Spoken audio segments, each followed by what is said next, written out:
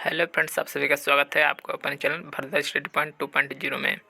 आइए हम लोग इस एसएसजीडी को मद्देनज़र रखते हुए एसएसजीडी के जीके जीएस क्वेश्चनों को देख रहे थे, जिसका सेट नंबर 5 आज रहने वाला है।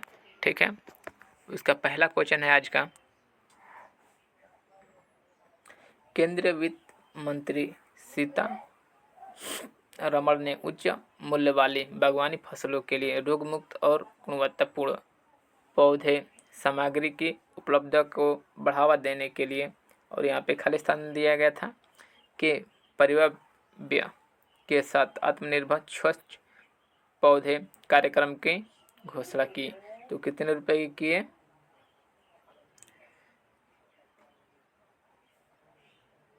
तो 2200 करोड़ रुपए का। ठीक है, नेक्स्ट क्वेश्चन पूछा गया था, निम्नलिखित में से कौन सा भारतीय संविधान में उल्लेखित मौलिक अधिकारों में से एक नहीं है? तो कौन सा नहीं है मौलिक अधिकार? तो शोषण के विरुद्ध अधिकार। ठीक है, ये शोषण का अधिकार।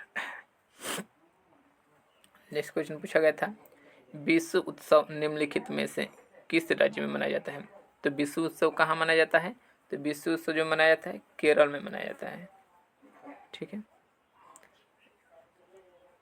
नेक्स्ट क्वेश्चन पूछा गया था, मौर्यों के पतन से लेकर गुप्तों के उत्थान 2री शताब्दी ईसा पूर्व से 3री शताब्दी ईस्वी तक की अवधि को भारतीय इतिहास में के रूप में जाना जाता है। तो किस रूप में जाना जाता है? तो मौर्य काल के रूप में जाना जाता है। ठीक है,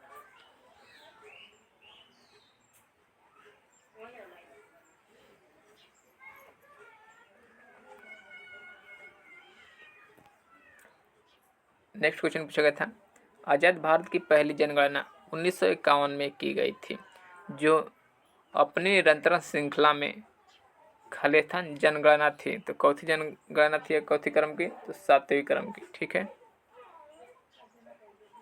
नेक्स्ट क्वेश्चन पूछा गया था, अशोक के अधिकांश शिलालेख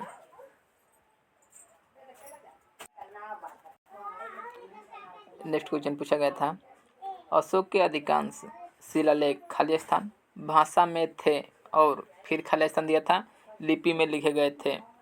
तो अशोक के शिलालेख कैसे थे? तो प्राकृत थे और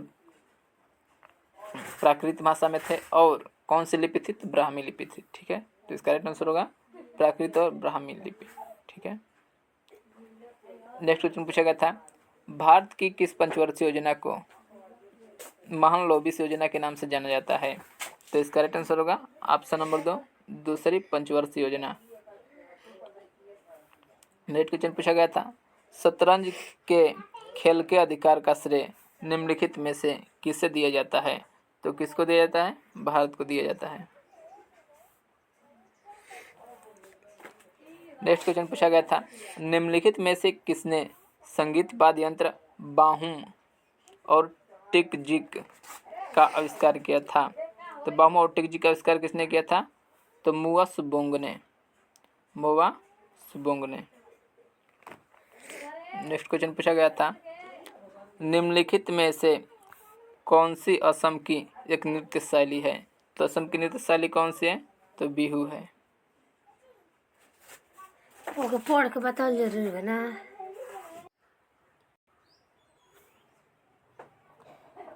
नेक्स्ट क्वेश्चन पूछा गया था, आईसीसी वनडे इंटरनेशनल विश्व कप 2011 किसने जीता? तो 2011 का किसने जीता है? तो भारत ने जीता है। ठीक है, नेक्स्ट क्वेश्चन पूछा गया था, क्रिकेट में एलबीडब्ल्यू का पूर्ण रूप क्या है? तो एलबीडब्ल्यू का पूर्ण रूप क्या है? तो लेग बिफोर विकेट। ठीक है, एल से हो जाएगा लेग, बी से बिफोर और डब्ल्यू से विकेट।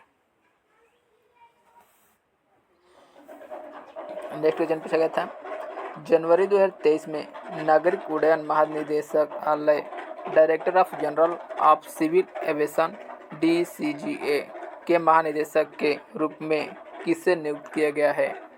तो विक्रम देवदत्त को किया गया है। ठीक है, नेक्स्ट क्वेश्चन पूछा गया था, निम्नलिखित में कौन सा कथन डबेराइनर के तरीकों के लिए सत्य है। तो कथन एक दिया गया था, त्रिक परमाणु द्रव्यमानों के क्रम में थे। सेकंड दिया गया था, मध्य तत्व का परमाणु द्रव्यमान अन्य दो तत्वों के परमाणु द्रव्यमानों का लगभग औसत था। तो इस तरह से इसका दोनों कथन सत्य हैं। ठीक है।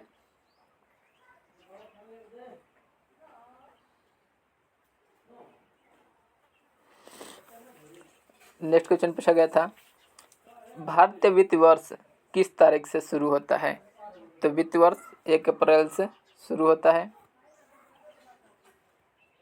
नेक्स्ट क्वेश्चन आया था, भारत में पंचवर्षीय योजना के दौरान रोलिंग योजना किस समय अवधि क्या थी? तो 1978 से 80 तक थी। ठीक है। रोलिंग प्लान कब तक थी? तो 2 वर्षों तक थी, 78 से 80 तक। नेक्स्ट क्वेश्चन पूछा गया था, निम्नलिखित में से किस भारतीय नृत्य कलाकार ने 2018 में मणिपुर नृत्य के लिए संगीत नाटक अकादमी पुरस्कार जीता है? तो अखल लक्ष्मी देवी जी ने जीता है। नेक्स्ट क्वेश्चन पूछा गया था, निम्नलिखित में से कौन सा क्षेत्र अर्थव्यवस्था में श्रम लेबर का सबसे अधिक अवशोषण करने वाला क्षेत्र है? तो कृषि है। इसका राइट आंसर होगा कृषि।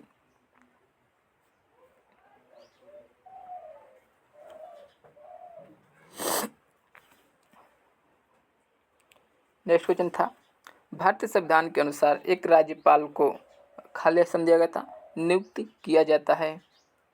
तो कितने राज्यों के लिए? तो 2 या 2 से अधिक राज्यों के लिए। ठीक है। इसका राइट आंसर होगा 2 या 2 से अधिक राज्यों के लिए। आज का लास्ट क्वेश्चन है, जुलाई 2023 में किसे 3 साल की उम्र में से बच्चों के लिए धन जुटाने सहित कई संशोधनीय पहलों में छेसा में योगदान देने के लिए ब्रिटिश प्रधानमंत्री के पॉइंट ऑफ लाइट पुरस्कार से सम्मानित किया गया है? तो मोक्षा राय को सम्मानित किया गया है। ठीक है। इसी के साथ हम लोगों का आज का सेट नंबर 5 समाप्त होता है।